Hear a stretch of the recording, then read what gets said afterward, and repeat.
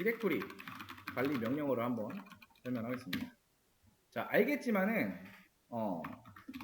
이제 배운 분들은 알겠죠. pwd라는 게 있어요. 이게 이 명령어를 우리가 입력을 하게 되면 현재 내가 어디에서 작업을 하고 있는가, 내 현재 위치가 어딘가, 디렉토리가 내가 어떤 폴더에서 작업하고 있는가를 나타내는 그런 명령어고요. 자, cd라고 하는 거는 이제 뭐예요? change 디렉토리입니다. 자, 디렉토리라는 거는 윈도우 말로 하면 폴더예요. 폴더를 이동. 그러니까 디렉토리를 이동할 때 사용하는 명령어예요. 그 다음에 이 cd라는 명령어를 쓰면서 절대 경로와 상대 경로라는 게 있는데요. 자, 만약에 내가 현재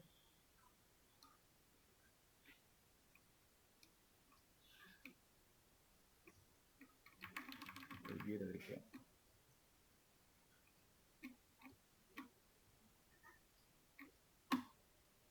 자, 이렇게 있는데 내가 만약에 작업을 이제 자, 절대 경로 기준으로 자, 내가 여기서 작업을 해. 그렇죠?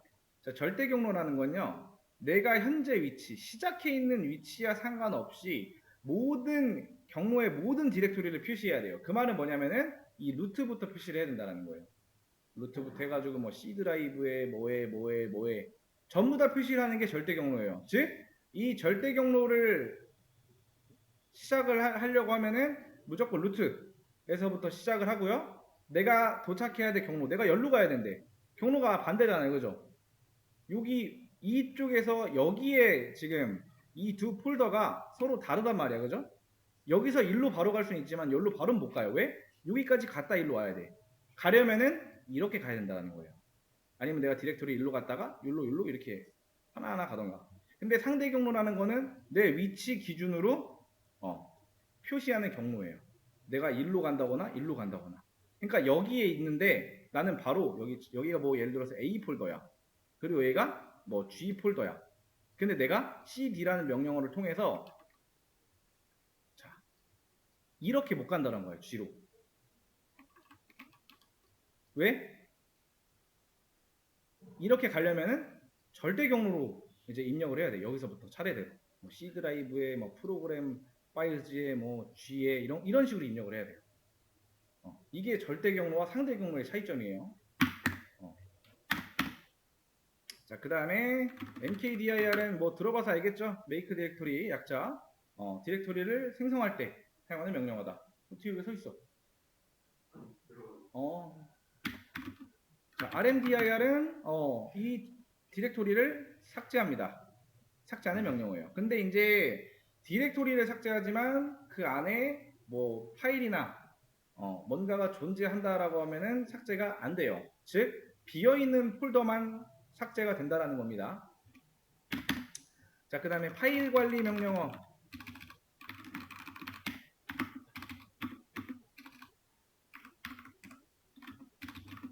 자, ls라는 거는 아는 분들도 있겠지만은 자, 현재 내가 이런 폴더에 있어요. A라는 폴더에.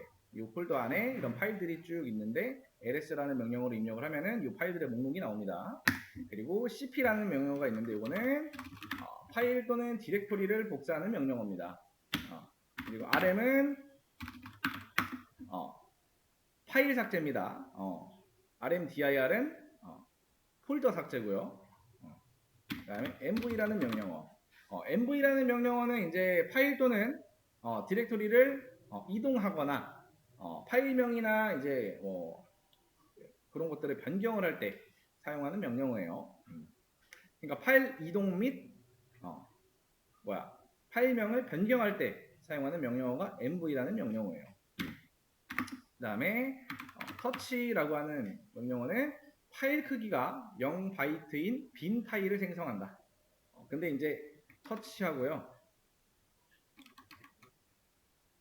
A라고 하는 이제 파일이 만들어지는데 이 터치를 하고 난 뒤에 a.text라고 하게 되면은 파일 확장자가 텍스트 파일이 만들어집니다. 그래서 서버에 이제 현재 시간으로 파일의 최근 사용한 시간과 최근 수정 시간 등등 타임스탬프를 변경을 하고요. 그 다음에 파일이라고 하는 거는 파일의 종류 그리고 이 파일의 속성 값을 나타내는 명령어고요. 그 다음에 find 현재 디렉토리부터 하위 디렉토리까지 주어진 조건에서 파일을 찾아서 해당 경로를 표시해주는 명령어다.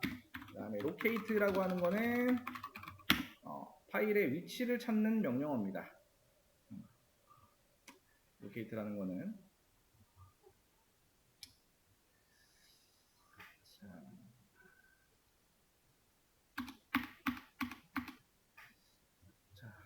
이렇게 있고, 이거 바로 올리면서 다음 거 이어서 할게요. 잠깐만요.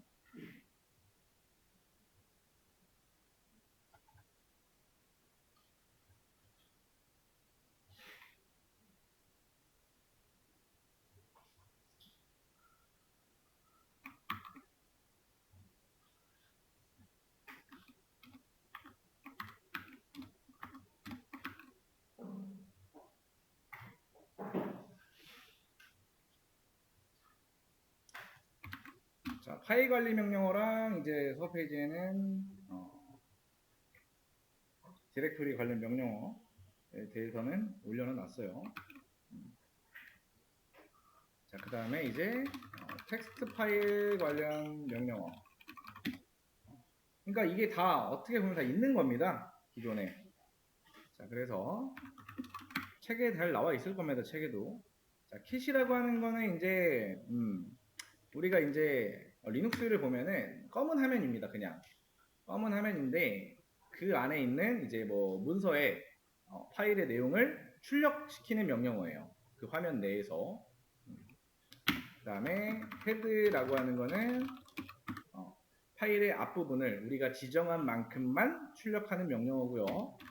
테일이라고 하는 거는 파일의 마지막 행을 기준으로 우리가 지정한 행까지의 파일 내용 일부만 출력하는 명령어예요. 그 다음에 more는 자, 파일을 확인하는 명령어인데요. 파일을 이제 읽어서 얘가 화면 단위로 끊어서 출력하는 명령어인데 이제 위아래, 그러니까 위에서 아래 방향으로만 출력되기 때문에 우리가 지나간 내용을 볼 수가 없어요. 그래서 뭐보다는 요새는 이 less를 좀 더 많이 사용을 한다 라고 보시면 돼요. 자, 우리가 이게 이제 리눅스의 어떤 화면인데 우리가 어떤 명령어를 딱 입력을 했어. 근데 화면 밖을 벗어나. 그러면은 이 위에 있는 내용을 못 본단 말이야, 원래. 근데 이 less라는 거를 우리가 써주게 되면은 텍스트 파일을 한 번에 한 화면씩 나타내는 명령어인데 기능으로만 보면은 얘를 좀 더 이 기능에서 좀 더 확장한 거예요. 그래서 우리 방향키나 우리 키보드에 있는 이제 방향키, 그렇죠? 요 방향키, 요거나 위에 방향키 위에 뭐 이제 홈핸드 키나 여기 페이지업 페이지 다운 키 있거든요. 이렇게 요 네 개의 키나 요 방향키로 뭔가 움직이면서 잘린 부분 좌우 상하 상하 좌우로 이동을 할 수가 있어요. 잘린 부분을. 자, 그 다음에 이제 그랩이라고 하는 거는 파일에서 이제 특정한 패턴 또는 정규 문자식으로 나타낸 단어를 찾아내는 명령어예요. 그랩이라는 거. 그다음에 WC라고 하는 거는 이제 파일 안에 이제 라인의 수라든지 단어의 수, 그다음에 알파벳의 수를 알려주는 명령어예요.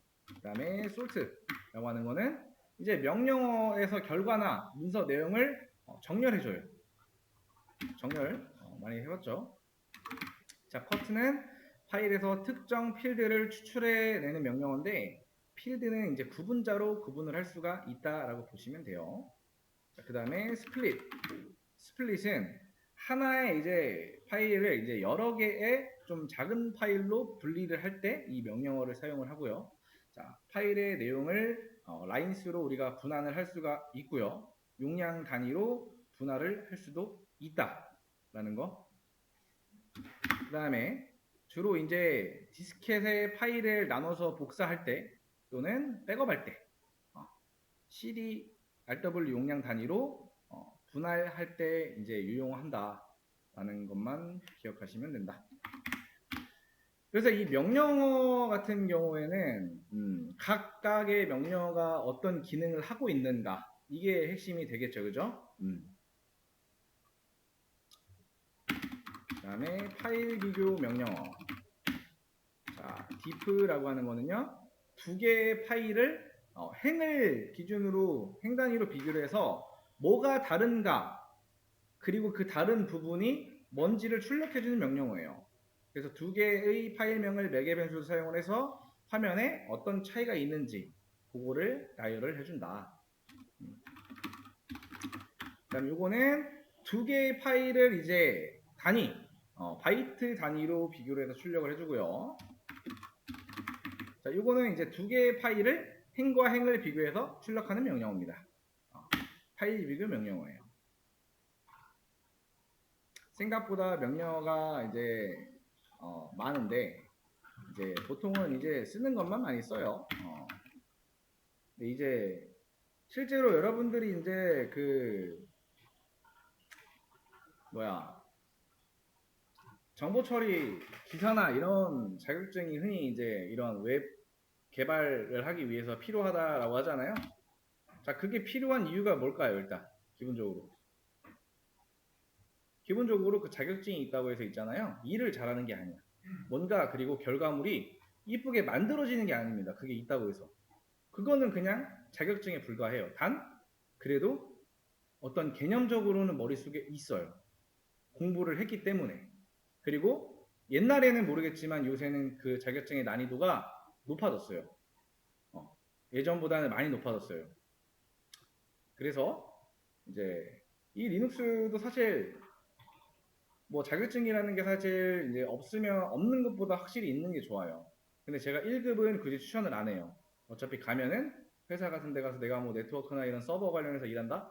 거기 안에서 많이 쓰이는 걸로 합니다. 단 이런 자격증 2급 정도 따고 내가 그냥 개인적으로 공부 조금 하다 보면은 어차피 다 명령어로 이루어져 있기 때문에 여러분들이 명령어를 사용을 어떻게 하고 그리고 이 명령어를 씀으로써 왜 이렇게 되고 이렇게 하면 어떻게 되는가 이런 공부를 많이 해야 된다는 거죠.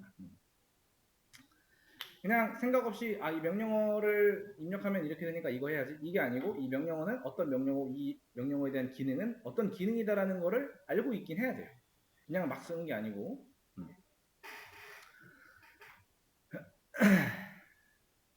자, 올려는 놨으니까 천천히 보시면서 오고. 자, 리다이렉션 그리고 정규 표현식에 대해서 조금 설명을 드릴게요. 자, 리다이렉션. 우리 이제 뭐 설명할 때 뭐 리다이렉팅이라는 말도 있어요. 똑같아요. 자, 표준 입력 출력의 방향을 재지정한다라고 보시면 돼요. 자, 우리가 리눅스 안쪽에다가 어떤 명령어를 입력을 딱 하면 이런 ls라는 명령어를 입력을 해요. 그러면 정상적인 명령어를 입력했을 경우에는요, 오류가 안 나고요, 뭔가가 출력이 됩니다. 그러면은 그거는 표준 입력과 출력이 동시에 발생된 거겠죠? 그리고 마찬가지로 표준 입력을 했는데 화면에 에러 메시지가 나와. 그걸 가지고 표준 에러라고 합니다. 근데 이 리다이렉션이라는 거는 원래 이 출력 자체가 모니터로 나와야 되는데 모니터로 출력이 되지 않고 파일로 재지정한다라고 보시면 돼요. 그래서 표준 입력은 키보드, 표준 출력은 모니터. 왜? 입력은 키보드로 하고 출력은 모니터로 되기 때문에. 그리고 표준 출력이라는 거는요, 정상적인 결과를 말할 때 표준 출력이라고 하고요. 마찬가지로 모니터에 나오고, 그리고 우리가 입력을 했을 때 에러가 난다. 그거를 표준 에러라고 해요. 그리고 그거는 에러는 모니터에 나온다. 그래서 표준 입력 출력 에러가 있는데 입력 제외하고는 모니터에 나온다라고 보시면 됩니다. 자, 그 다음에 자, 파이프라고 하는 표시가 있어요. 이 표시예요. 요거 우리 학원 키보드 기준으로는 Shift 키를 누르고요. 백스페이스바 밑에 있는 원 표시 있죠. 그거를 누르게 되면은 이렇게 파이프 표시가 되고요. 이게 뭐냐면은 이 파이프 표시는 두 개 이상의 이제 명령어를 이제 묶어서 출력 결과를 다른 프로그램의 입력으로 전환하는 기능이다. 전환하는 기능이다. 그래서 현재 명령의 표준 출력을 다음 명령의 표준 입력으로 사용하는 겁니다. 그리고 이 명령어와 명령어의 연결은 요 파이프 표시를 기준으로 해요. 요거 좌우측에. 그래서 만약에 더 이상 우리가 이 명령어 뒤에 만약에 이게 없다면은 요걸 기준으로 표준 출력으로 이제 어디에 출력이 된다? 모니터에 출력이 된다. 근데 여기서 이제 좀 더 더 나아가서 하면은 요거랑 이렇게 조합을 할 수가 있겠죠. 리다이렉션이랑. 자, 여기까지 제가 좀 했던 거를 올려놓을게요, 이제.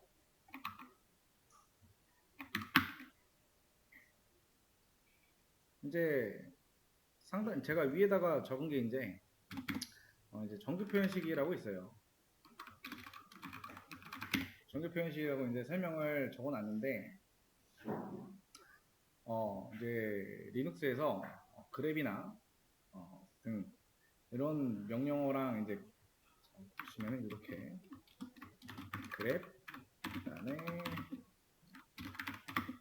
이그랩 그러니까 이런 거와 같은 명령어에서 이제 많이 쓰는 정규 표현식을 줄여서 이제 그런 문법인데 제가 최대한 좀 쉽게 한번 정리를 할 건데 일단은 요 표시가요.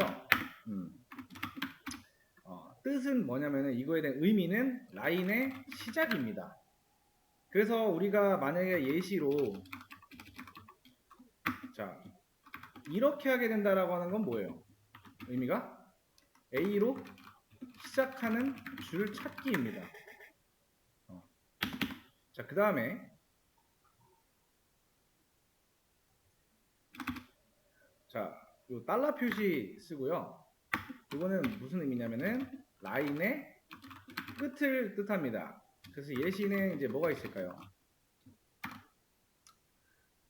예시는 이제 이렇게 한번 적어볼까요? 그러면은 이건 뭐가 되겠어요? 2로 끝나는 줄찾기입니다. 그 다음에 점이라고 하는 거는 의미의 한 글자를 뜻하고요. 예를 들면은 이게 뭐냐면은 A 플러스 자 아무 글자 하나 그리고 B 그러니까 예를 들어서 이제 뭐 A, C, B 또는 A, 3, B 이런 거를 뜻하고요. 이런 거 할 때 이 사이에다가 자 그 다음에 요 표시는 좀 띄워놔야겠다. 요 표시는 뭐냐면은 0회 이상 반복이라는 뜻이에요. 자 그래서 A하고 이렇게 넣어주게 되면은 A가 0개 이상 반복 된다 라는 거고요. 그 다음에 이제 플러스 요걸 쓰고 싶으면요 어떻게 써야 되냐면은 이렇게 써야 돼요. 자, 여기 있죠. 자 이렇게 하면 지금 원표시라고 나오는데 원래 이제 쓸 때 역슬래시로 나와요. 그래서 역슬래시를 써주시고요. 이렇게 써줘야 돼요. 이거는 1회 이상 반복입니다. 그래서 이렇게 써주게 되면은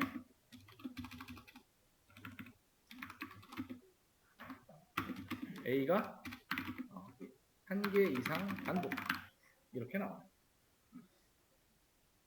이게 좀 헷갈릴 수 있어요. 그다음에 이거는 이제 0회 또는 1회만 존재한다라는 의미예요. 그래서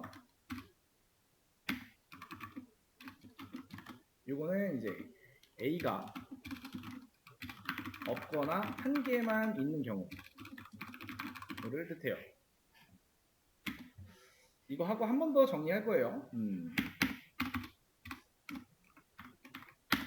자, 그 다음에 이제 대괄호. 이거는 자 여러 글자 중 하나. 그래서 A, B, C라고 이렇게 우리가 만약에 적어놨어. 그러면은 자 A, B, C 중 하나와 일치한다. 한다면 뭐죠? 요것 중에 일치하는 게 있는가? 그걸 찾겠죠. 그 다음에 요거는 제외할 글자입니다. 제외할 글자. 그래서 예를 들어서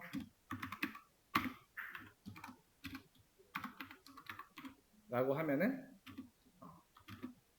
이제 A, B, C를 제외한 글자 이렇게 보시면 돼요. 그 다음에 이거는 그룹화. 이렇게 써주게 되면은 자, AB라는 문자열이 0번 이상 반복.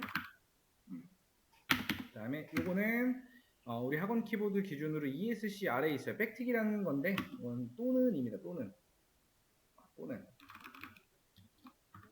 5어를 말해요. 그래서 이런 식으로 자 이거는 제외하고 그 다음에 이거 m에서 n회 반복. 자, 그래서 a하고 2, 4라고 하면은 a가 2에서 4번 반복한다. 이렇게 보시면 돼요. 자, 만약에 여러분들이 이제 여기서 진짜 이렇게 하고 이렇게 한다는 건 뭐냐면은 진짜 점으로 찾을 때는 이스케이프 문자가 필수예요. 필수. 이거는 앞에다 이걸 써줘야 돼요. 그래서 대괄호 하고 이제 여기다가 0하고 9를 써주게 되면은 숫자 0에서 9 중에 하나라는 뜻이고요. 그리고 여기다가 A하고 Z를 써주게 되면은 알파벳 소문자 중에 하나. 여기를 대문자로 써주게 되면은 알파벳 대문자 중에 하나. 그 다음에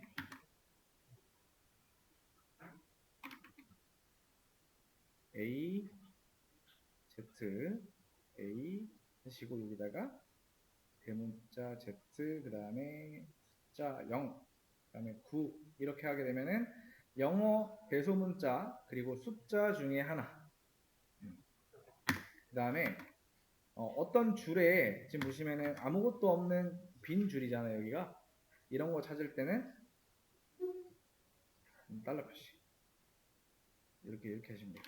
이렇게 이거하고 달러 표시 이런 거. 자, 아무튼 이렇게 이제 하면 된다. 그래서 뭐 예를 들어서 한번 볼까요? 자, 간단하게 얘만 좀 들어볼게요. 자, 그랩 하고요. 자, 만약에 우리가 자 이렇게 하면 뭐예요? 헬로우로 시작하는 줄을 찾는 거예요. 그 다음에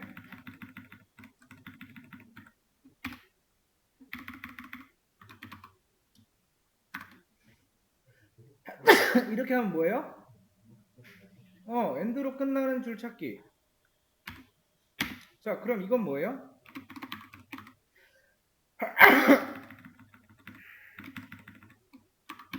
이건 뭐예요? C랑 T 사이에 아무 글자죠, 그죠?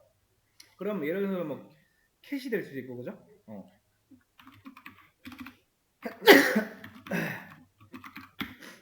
자, 그 다음에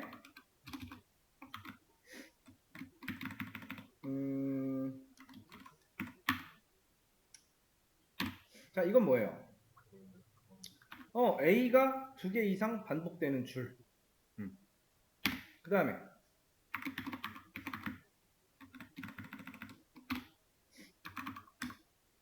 이거는 헷갈리면 안 돼요. 역슬렛이에요.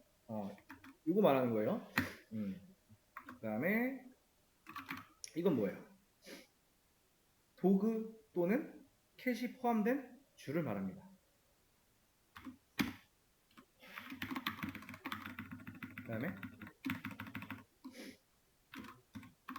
이건 뭐예요? 숫자가 포함된 줄.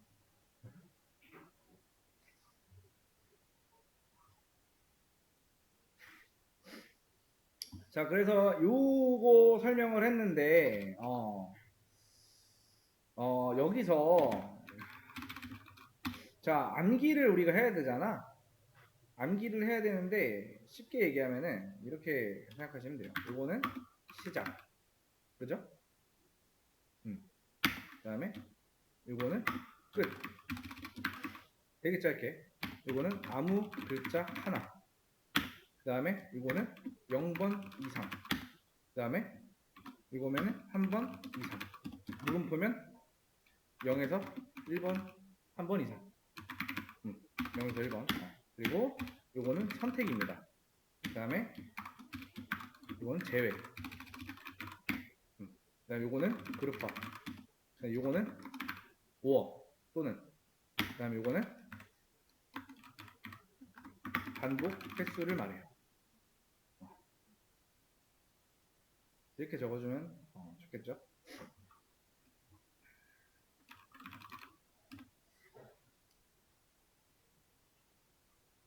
좀 전에 한 거를 좀 올려놓을게요.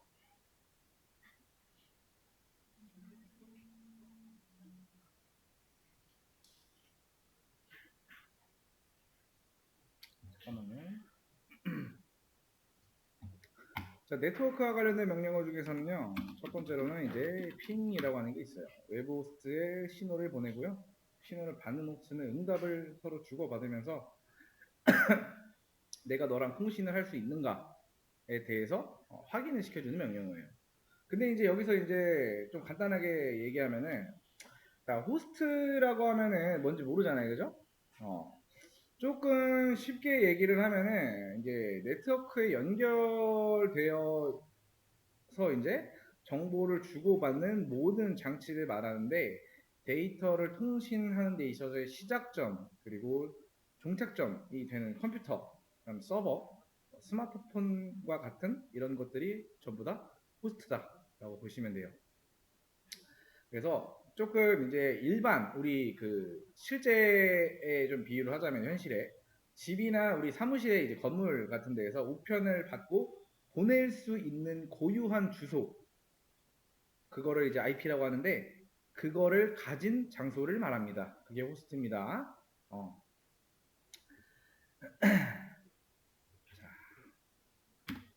그다음에 트레이스 라우트라고 하는 게 있는데, 목적지 호스트까지의 경로를 표시를 하고 그 구간에 정보를 기록하는 명령어를 말합니다. 목적지 호스트까지의 패킷 전송 지역을 측정하거나 목적지 호스트로 향하는 경로상에 어떤 장애가 있는 경우에 그 위치를 파악할 수가 있다라는 건데, 자, 여기서 이제 패킷 전송 지역이라고 하면은 데이터 조각을 패킷이라고 해요. 근데 목적지로 가는 길에 거쳐가는 각 교차로 또는 구간을 말해요. 그래서 이 트레이스 라우트라고 하는 이 명령어는 이 각 지역, 그러니까 의 정보를 알려준다라고 보시면 돼요. 그러니까 조금 아까와 같이 비유를 하자면은, 우리가 이제 예를 들어서 배송을 시켜. 그럼 우편물이 우리 집에 와야 되잖아요. 우편물이 이제 거쳐가는 중간 지점 있죠. 중간에 뭐 예를 들어서 우체국 또는 뭐 물류센터 같은 데, 창고 이런 데 있잖아요. 그러니까 최종 목적지에 도착하기 전에 잠깐 들렸다 가는 이제 경유지를 생각하시면 편해요. 패킷 전송 지역이라고 하는 곳이. 자, 그 다음에 이제 또 뭐가 있을까? NS 룩업. 자, 이거는 자, 도메인명으로 IP 주소를 조회하거나 또는 IP 주소로 도메인명을 조회하는 명령어예요. 자, 여기서 근데 이제 도메인명이라는 단어 자체도 처음 듣는 분들이 있어요. 자, 사람들이 이제 우리가 보통 외우기 힘든 IP 주소 있잖아요. 우리가 원래는 이제 그 네이버나 이런 데도 IP 주소가 있어요. 구글이나 이런 데도. 근데 그거 대신에 우리가 이제 뭐 네이버.com 또는 구글.com 이렇게 들어갈 수 있는 이유, 이게 도메인입니다. IP 주소 대신에. 그러니까 전화번호 대신에 외우는 어떤 사람의 이름 또는 어떤 그 건물의 간판. 왜냐면은 실제 주소는 복잡하니까. 쉽게 이름만 딱 알고 우리가 찾아간다라고 보시면 돼요.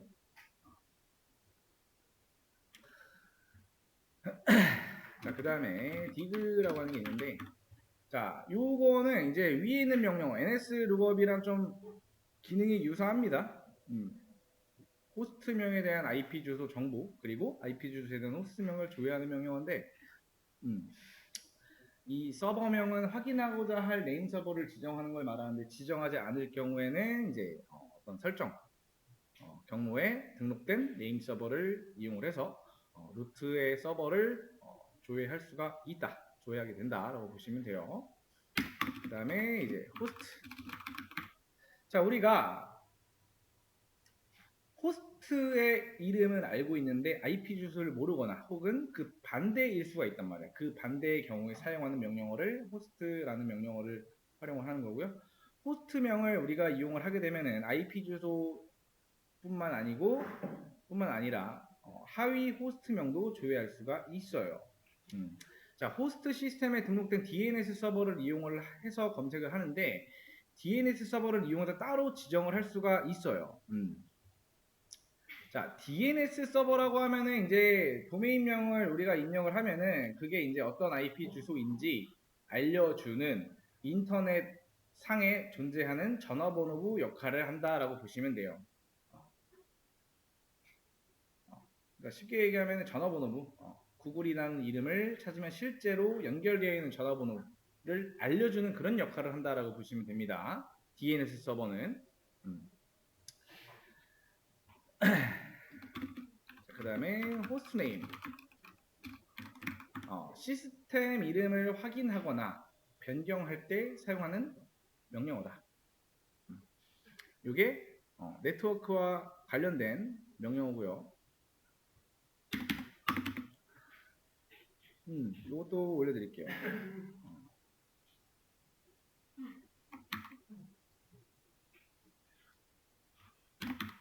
올려놨습니다.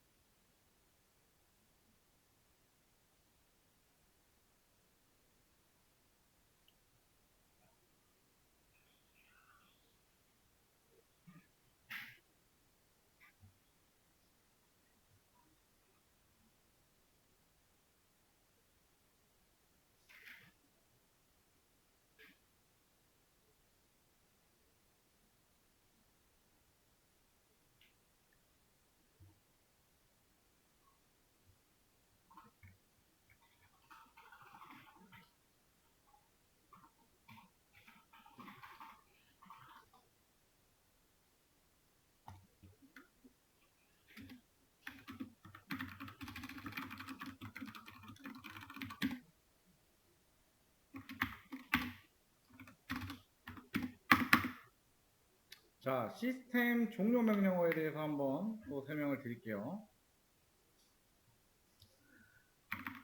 자, 시스템 종료 명령어로는 일단 셧다운이 있습니다. 셧다운이라고 하는 거는 시스템을 종료 그리고 재부팅하는 명령어예요. 자, 그래서 현재 이제 수행 중인 현재 수행 중인 프로세스라고 하면은 현재 실행 중인 프로그램들을 말해요. 그 프로그램들을 종료를 하고요.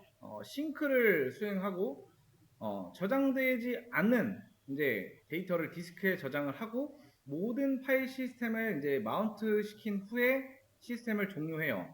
근데 이 권한은 루트 사용자만 가지고 있는 권한이에요. 다른 사용자는 권한을 가지고 있지 않아요. 자, 그런데 이제 싱크라고 하는 거는 이제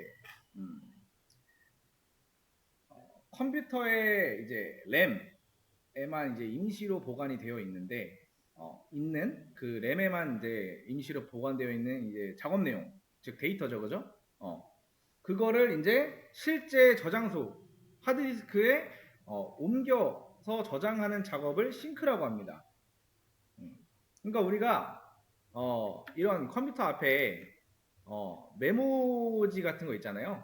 이제 모니터가 이렇게 있으면 우리 컴퓨터 앞에 뭐 이런 데다가 이렇게 막 메모지 같은 거 이렇게 막 붙여놓잖아요. 중요한 거 있으면 이렇게 사무직에서 뭔가 공부하시거나 컴퓨터로 뭔가 할 때 이런 것들을 실제로 어떤 내 컴퓨터 안에 있는 메모장에다가 옮겨 적는 걸 말해요. 그러니까 여러분들이 종료하기 전에 반드시 저장을 해놔야만 데이터가 날아가지 않는다. 그게 싱크예요. 자, 그 다음에 이제 마운트라는 거는요, 마운트랑 이제 언마운트라고 하는 게 있어요. 저장 장치를 연결하고 그리고 해제시키는 건데, 자, 마운트라고 하는 이거에 대한 정의가 뭐냐면은, 이제 컴퓨터가 저장 장치라고 하면 하드디스크랑 USB 같은 것들이 있겠죠. 이거를 사용할 수 있게 운영체제 연결을 해서 특정 위치, 디렉토리에서 우리가 접근 가능하게 어떤 그런 만드는 그런 과정이에요. 그러니까 우리가 USB 같은 거를 컴퓨터에 꽂아서 그 USB가 이제 폴더처럼 이제 만들어 딱 생기잖아요, 그렇죠? 내 컴퓨터에 그거를 폴더처럼 사용할 수 있게 인식시키는 걸 마운트라고 해요. 그 다음에 언마운트라고 하는 거에 대한 이제 좀 정의를 얘기하자면은 자, 사용하던 저장 장치를 우리가 안전하게 이제 분리하기 위해서 운영 체제와 연결을 끊는 과정을 말해요. 우리가 이제 USB를 이제 뺄 때 하드웨어에서 안전하게 제거라는 버튼을 눌러서 연결을 해제시키는 거예요. 그냥 빼는 게 아니고. 자, 아무튼 그래서 셧다운이라는 명령어는 이제 종료 직전에 모든 파일 시스템을 이제 언마운트 시켜서 다음 부팅 시에 파일 시스템이 손상되는 것을 막아요. 그런 의미예요. 좀 더 설명을 하자면은. 자, 그 다음에 자, init이라고 하는 거는 셧다운이라는 명령어와 동일한 기능을 갖는 명령어고요. 그 다음에 리부트라고 하는 거는 시스템을 재부팅하는 명령어예요. 그 다음에 자, halt라고 하는 거는 이제 시스템을 종료하는 명령어예요. 이게 시스템 종료에 관련된 명령어입니다. 자, 이것도 마찬가지로 올려놓을게요. 제가 올려놓는데 이제 아마 그 약간 이제 지금 보시면은 이제 설명을 좀 안 써놨을 수가 있어요.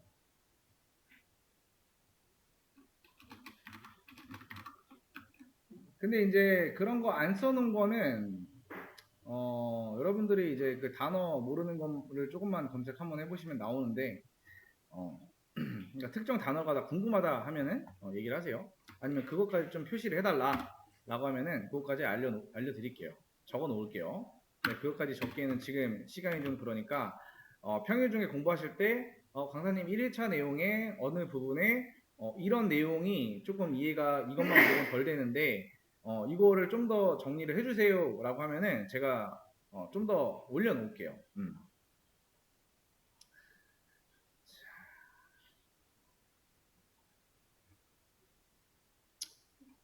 자, 기타 명령어가 또 뭐가 있을까요? 칼이라고 하는 거는 뭐냐면은 우리 시스템에 설정된 달력을 출력하는 명령어예요. 그 다음에 date라고 하는 거는 시스템의 날짜와 시간을 표시하거나 변경을 할 수가 있다. 그 다음에 clear라고 하는 거는 이제 터미널 또는 쉘의 내용을 깔끔하게 정리한다라고 보시면 돼요. 화면 정리. 자, TTY는 자, 현재 사용하고 있는 단말기 장치의 경우명과 파일명을 나타내고요. 자, 텔넷 등에서 동일한 계정으로 여러 개를 이제 로그인한 경우에 이제 우리가 확인할 때 그때 좀 유용하다. 그 다음에 타임이라고 하는 거는 프로그램이 수행되는데 걸리는 시간을 측정해서 출력하는 명령어인데요. 세 가지의 시간 결과를 보여줘요. 자, 리얼, 유저, 자, SYS, 이건 뭐냐면은 리얼이라고 하는 거는 총 수행 시간, 그리고 유저라고 하는 거는 CPU가 사용자 영역에서 보낸 시간, 그 다음에 마지막으로는 시스템 호출 실행에 걸린 시간을 말해요.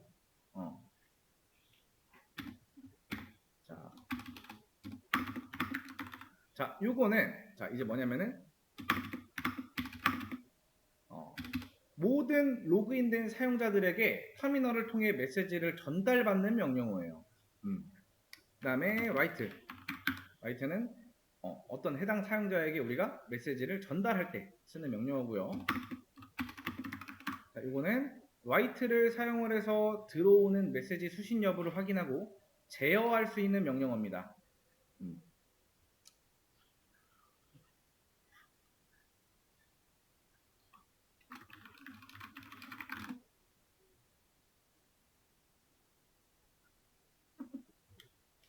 이제 제가 TTY를 설명하면서 텔넷 등에서 동일한 계정으로 여러 개를 로그인할 때 로그인한 경우에 확인 할 때 이제 유용하다라고 했는데, 텔넷이라고 하면은 이제 네트워크에 연결된 다른 컴퓨터 서버에 원격으로 접속을 해서 그러니까 마치 내 컴퓨터처럼 사용할 수 있게 해주는 가장 오래된 통신 규약 그리고 이자 명령어입니다.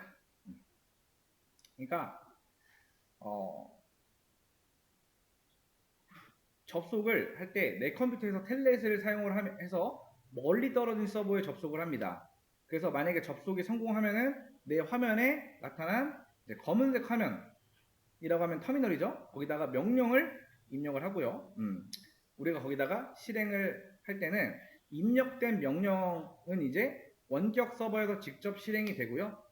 그 결과만 어떻게 된다? 내 화면으로 다시 전송이 된다. 그러니까 내가 직접 서버 앞에 앉아 있는 것처럼 이제 서버의 안에 있는 파일을 관리하거나 프로그램을 실행하는 등등의 작업을 할 수가 있다라고 보시면 돼요. 텔넷은. 뭐 이제 포트 같은 경우는 이제 기본적으로는 이제 23번 포트를 사용을 하고요. 현재는 이제 보안 때문에 SSH라는 암호화된 원격 접속 프로토콜이 텔넷을 대부분 대체를 했다라고 보시면 돼요.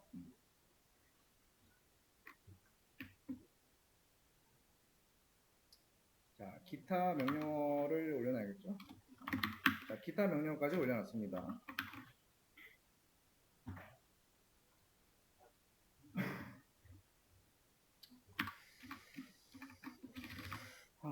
권한 그리고 그룹 설정에 대해서 한번 설명을 드릴게요. 자, 리눅스의 이제 이 시스템은요, 모든 파일과 디렉토리에는 접근 권한과 소유권이라는 게 부여가 돼요. 자, 명령어 이제 ls하고 l 요거는 파일의 속성을 나타냅니다. 속성의 필드 중에서 첫 번째 필드는 파일이나 디렉토리 허가권, 그리고 세 번째와 네 번째 필드는 파일이나 디렉토리의 소유권을 나타냅니다.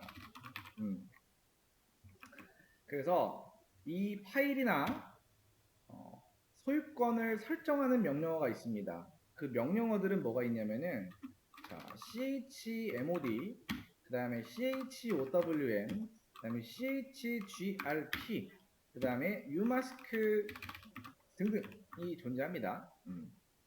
자, 소유권 이제 관련된 이제 명령어는, 자, 소유권은 임의의 파일 그리고 폴더, 디렉토리에 대해서 사용자와 그룹들의 소유 권한을 이제 나타내는 걸 말하는 건데, 자, 그룹은 사용자들의 시스템 운영 특성에 따라서 이제 묶어놓은 걸 이제 말하고, 같은 그룹에 속한 사용자들은 어떻게 돼요?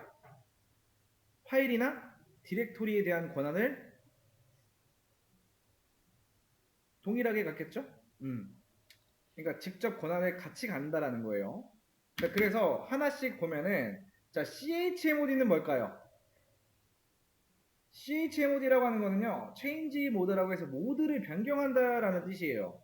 자, 파일 그리고 디렉토리의 허가권을 이제 변경을 하는 건데, 허가권이라고 하면은 그 파일에 대한 읽기, 쓰기, 실행, 또는 디렉토리에 대한 읽기, 쓰기, 실행에 대한 그런 거를 변경을 한다라는 의미예요. 그 다음에 CHOWN이라는 거는 Change Ownership이라고 해서 소유자를 변경을 해요. 그러니까 이 위에 있는 명령어는요, 누구한테 이런 허가를 주겠다라는 건데, 이런 것들을 얘는 뭐냐면은 파일 또는 디렉토리에 대한 소유권 자체를 변경하는 거예요. 자, 그 다음에 CHGRP라는 거는 체인지 그룹이에요. 그룹을 변경한다라는 건데, 자, 파일이나 디렉토리에 그룹에 대한 소유자를 변경을 합니다. 그 다음에 umask는 유저 마스크인데 사용자 마스크라고 하는데요. 자, 새로운 파일 또는 디렉토리가 이제 만들어질 때 적용되는 기본적인 허가권을 설정을 해줄 수가 있습니다. umask 설정. 자, 그래서 이제 뭐 예를 들어서 umask를 좀 설명을 하면은 파일의 기본 권한은 666이라고 합니다. 그리고 디렉토리의 기본 권한은 777이에요. 파일이나 디렉토리를 생성할 때 디폴트 권한 값에서 설정한 umask를 뺀 값을 기본 허가권으로 설정을 합니다. 자, 그 다음에 특수 권한 set user id, 그 다음에 set group id. 자, 프로세스가 실행되는 동안에 이제 프로세스의 루트 권한을 임시로 가져오는 기능을 말하는데, 자, 프로세스가 사용자보다 높은 수준의 접근을 요구할 때 파일 접근 제한 때문에 이제 그 기능 자체가 원활하게 제공할 수 없기 때문에 그런 문제점을 해결하기 위한 방법이다. 근데 set UID 같은 경우 사용자가 사용할 때만 어떻게 한다? 소유자 권한으로 파일을 실행을 시키고요. set GID 같은 경우에는 사용자가 사용할 때만 그룹 권한으로 해당 파일을 실행을 한다 라고 보시면 돼요. 그 다음에 스티키 비트라고 하는 게 있는데, 자, 일반적으로 공용 디렉토리를 사용할 때 이 스티키를 설정해서 사용을 하는데, 자, 사용자 권한을 지정하기 어려운 프로그램들이 일시적으로 특정 디렉토리에 파일을 생성하고 삭제하도록 이용을 합니다. 생성하고 삭제하도록. 그래서 이 스티키 비트 설정되어 있는 디렉토리 안의 내용은 해당 파일의 소유자 또는 루트만이 변경을 할 수가 있다라는 거. 그런데 이 스티키 비트에 대한 거에 대해서 조금 더 쉽게 설명을 하자면은, 자, 공용 디렉토리라고 하는 건 뭐예요? 자, 디렉토리 뭐야? 폴더죠. 폴더 안에 뭐 만들어? 파일 만들죠. 공용 디렉토리라고 하면은 모두가 파일을 만들 수 있는 공간이에요. 그래서 그 공용 디렉토리에서 다른 사람이 만든 파일은 건드리지 못하게 막는 특별한 권한을 설정하는 걸 말해요. 그러니까 이거예요. 우리 저 뒤에 사물함 있죠? 저 뒤에 사물함에다가 누구나 짐을 넣을 수가 있어. 넣을 수 있는데 내가 넣은 짐은 내 거잖아. 그래서 그거는 내가 넣은 짐 그리고 관리자만 그 짐을 꺼내거나 이제 우리가 버릴 수가 있는 거야. 자, 이어서 좀 더 설명을 할게요. 자, 그 다음에 이제 디스크 커터. 자, 파일 시스템마다 사용자나 그룹이 이제 생성할 수 있는 파일의 용량 그리고 개수를 제한하는 걸 말하고요. 보통 블록 단위의 용량 제한과 이노드의 개수를 제한을 합니다. 자, 사용자나 그룹이 가질 수 있는 이노드의 수 그리고 사용자나 그룹에게 할당된 디스크 블록의 수를 제한을 하고요. 그룹 단위로도 용량을 제한할 수 있고 이제 뭐다? 웹 호스팅 서비스를 하는 경우에 유용하다라는 거.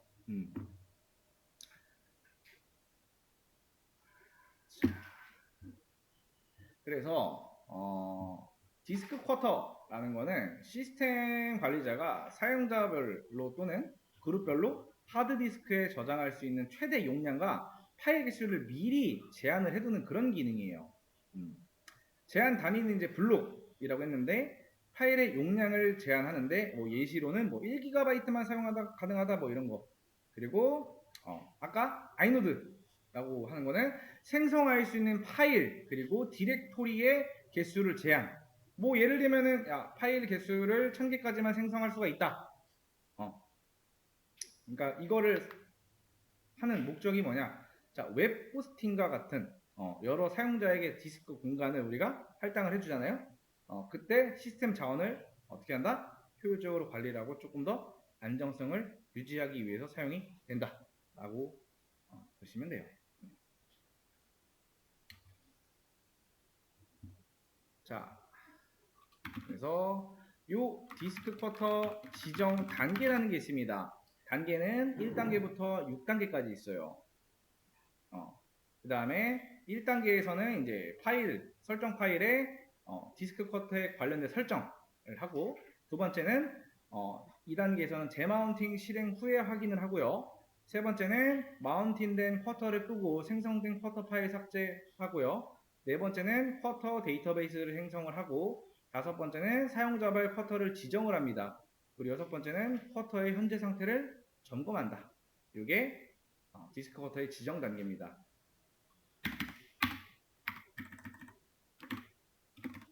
자, 그 다음에 디스크 쿼터 관련 명령어가 있습니다.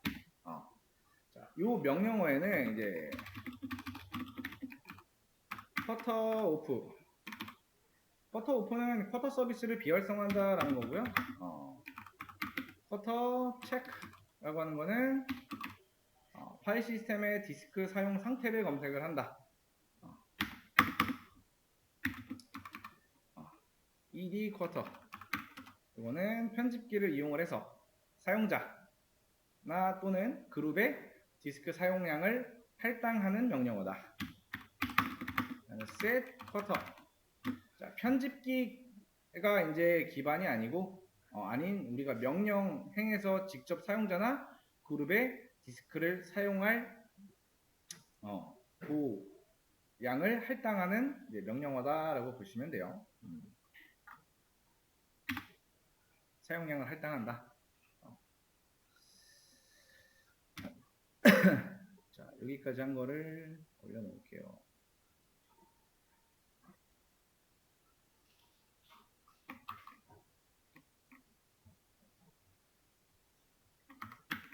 올려놨어요.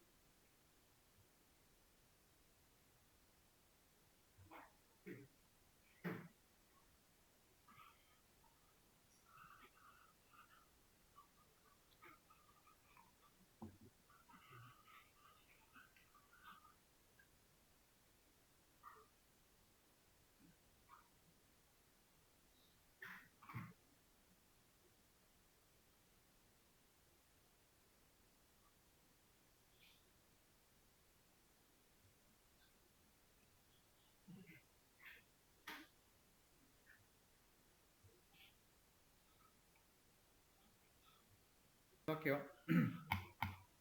자, 파일 시스템의 개요와 종류. 자, 개요라고 하면은 이제 운영체제가 파일을 시스템의 디스크상에 구성하는 방식을 말하고요. 자, 컴퓨터에서 파일이나 자료를 쉽게 발견하고요. 그리고 접근할 수 있도록 보관, 그리고 조직하는 체제를 말합니다. 자, 그리고 하드디스크나 CD롬과 같은 물리적 저장소를 관리를 하고요. 파일 서버상의 자료로의 이제 접근을 제공하는 방식, 그리고 가상의 형태로 접근 수단만이 존재하는 방식도 파일 시스템의 범위에 포함이 됩니다.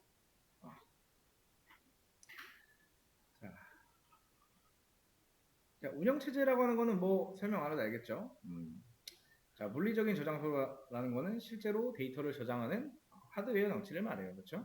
하드디스크나 SSD나 CD롬과 같은 그리고 파일 서버는 이제 다른 컴퓨터들이 네트워크를 통해서 접근해서 파일을 저장하고 가져갈 수 있게 해주는 전용 컴퓨터를 말합니다.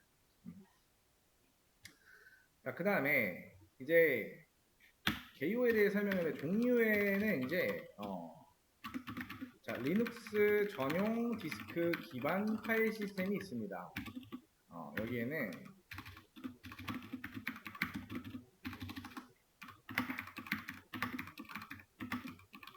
자, 이렇게 이제 존재하는데, 자, 얘는 이제 리눅스 초기에 사용되던 이제 파일 시스템이고요. 호환성이 없어요.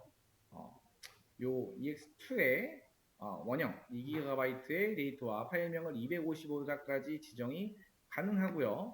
자, 얘는 이제 고용량 디스크 사용을 염두하고 설계된 파일 시스템이에요. 쉽게 호환이 되고요. 업그레이드도 이제 쉽게 설계가 되어 있습니다. 애초에. 그리고 요 세 번째 거는 자, 리눅스의 대표적인 저널링을 지원하도록 확장이 된 파일 시스템 말이에요. 자, ACL을 통한 접근을 제어하는 걸 지원하고요. ACL이라는 거는 액세스 컨트롤 리스트를 말해요. 자, 그 다음 마지막에 있는 거는 이제 파일의 디스크를 할당할 때 물리적으로 연속적인 블록을 할당을 하는데 64비트 기억 공간이라는 걸 없앴고요. 제한을 없앴고요. 16TB 파일을 지원합니다. 자, 그러면 여기서 이제 이건 뭐냐면은 이제 리눅스에서 주로 사용하는 파일 시스템의 발전하는 단계에 대한 이름이에요. 이 뒤에 보시면 숫자가 없는 게 있고 있는 게 있잖아요. 숫자가 높을수록 더 이제 최신이다라고 보시면 되고요. 더 크고 더 빠르고 기능도 더 많이 지원을 한다. 예를 들어서 우리 이제 뭐 아이폰 같은 거를 이제 기준으로 두면은 아이폰 뭐 아이패드 1세대, 뭐 2세대, 3세대, 4세대 이런 거 있잖아요. 똑같은 아이패드 제품이지만은 점점점 뒤로 갈수록 어때요? 최신 버전인 거잖아요. 그렇죠? 그리고 기능도 더 좋고 빠르기도 더 빠르고 그렇죠? 그런 거 생각하시면 돼요. 그 다음에 이제 저널링이라는 설명을 했는데 우리가 데이터를 디스크에 기록하기 전에 뭘 할지 미리 기록하는 기능을 말해요. 그러니까 시스템이 이제 갑자기 멈추거나 또는 혹은 전원이 꺼질 수가 있잖아요. 그렇게 되더라도 파일 손상의 가능성이 낮다. 그러니까 그거를 좀 낮춰준다라는 거예요. 손상 가능성을. 그러니까 우리가 어떤 일을 하기 위해서 뭔가를 막 적었어. 근데 실수로 하다가 뭔가 멈췄어. 그게. 그러면 내가 해야 할 것들을 뭔가 적어놨기 때문에 어디까지 뭔가를 했고 다음에 뭘 할지 그걸 보고도 알 수가 있어요. 그거를 저널링이라고 하고 이제 ACL이라고 해서 아까 액세스 컨트롤 리스트라고 했는데 접근 제어 목록이라고 합니다. 접근 제어 목록이라고 하는데 이제 파일에 대한 접근 권한을 좀 더 세밀하게 설정하는 기능이에요. 이제 기존의 기존에는 소유자 그리고 그룹 전체 3단계였는데 ACL에서 이제 특정 사용자를 추가할 수가 있다라는 거예요. 그게 ACL이에요. 자, 연속적인 블록 할당이라고 하는 거는 뭐 이게 파일을 이제 우리가 저장을 할 때 데이터를 떨어지지 않고 한 줄로 이어서 저장하는 방식이고요. 데이터를 읽을 때 어때요? 한 줄로 저장했으니까 효율적이겠죠? 속도가 빠르겠죠, 그만큼. 아무튼 여기까지가 이제 뭐다? 리눅스 전용 기반 파일 시스템이다. 파일 시스템의 종류 중에서. 자, 그 다음에는 이제 자, 저널링 파일 시스템이 있습니다. 이거는 JFS, 그러니까 저널링 파일 시스템의 약자예요. IBM사에서 독자적인 저널링 파일 시스템이고요. 사에 GPL로 공개를 해서 현재 리눅스용으로 개발을 한다. 그리고 XFS, 이거는 익스텐디드 파일 시스템이에요. 고성능 저널링 시스템인데, 자, 64비트 주소를 지원을 하고요. 확장성이 있는 자료 구조와 알고리즘을 사용을 한다. 데이터 읽기 쓰기는 이제 트랜잭션으로 성능 저하를 최소화하고요. 64비트 파일 시스템으로 큰 용량의 파일을 다룰 수가 있다라는 거. 그러니까 JFS는 이제 IBM사에서 만든 저널링 파일 시스템이고요. 좀 이제 두 번째인 XFS는 고성능에 좀 초점을 맞춘 저널링 시스템이에요. 그러니까 대용량 파일 처리에 강해요. 그러니까 트랜잭션이라고 하는 거는요. 이제 이 개념은 데이터베이스에서 쓰는 개념이에요. 읽기, 쓰기 또는 작업, 묶음 이런 것들이 전부 성공하거나 또는 전부 실패하는 것을 보장하는 단위를 말해요. 이렇게 하는 이유는 데이터의 손상을 막기 위해서. 아무튼 이게 이제 XFS고요.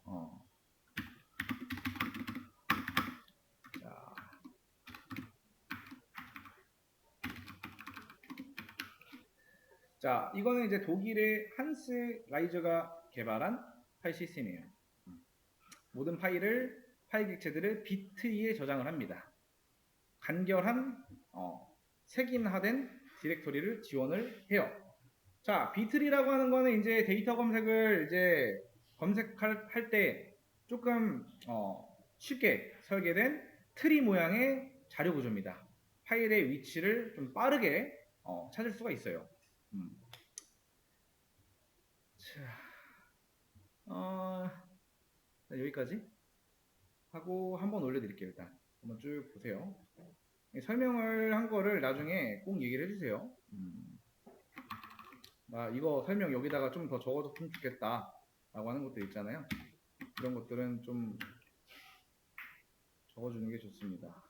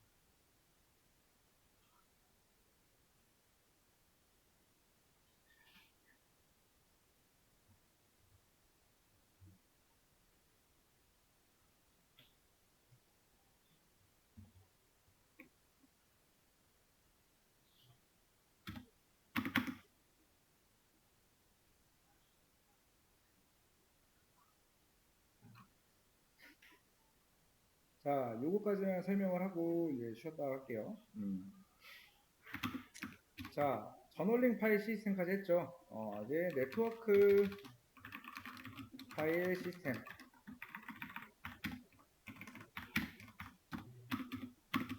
여기 SMB라고 하는 게 있는데 이거는 서버 메시지 블록입니다. 삼바 파일 시스템을 이제 마운트로 지정을 하고, 자, 윈도우 계열 이제 OS 환경에서 사용되는 파일, 그리고 프린터를 공유하는 프로토콜, 그리고 리눅스, 그다음에 유닉스 계정 OS와 윈도우 OS와의 자료, 그리고 하드웨어를 공유한다라고 보시면 돼요.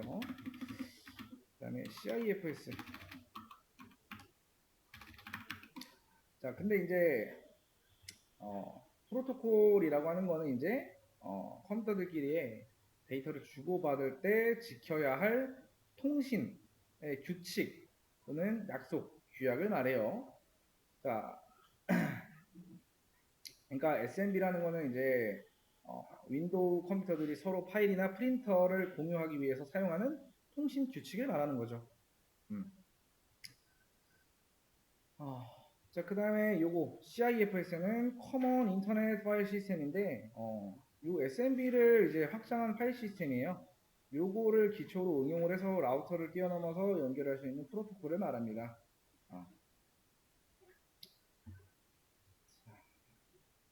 그 다음에 NFS. 이거는 네트워크 파일 시스템인데 썬마이크로 시스템이 이제 개발한 네트워크 공유 프로토콜입니다.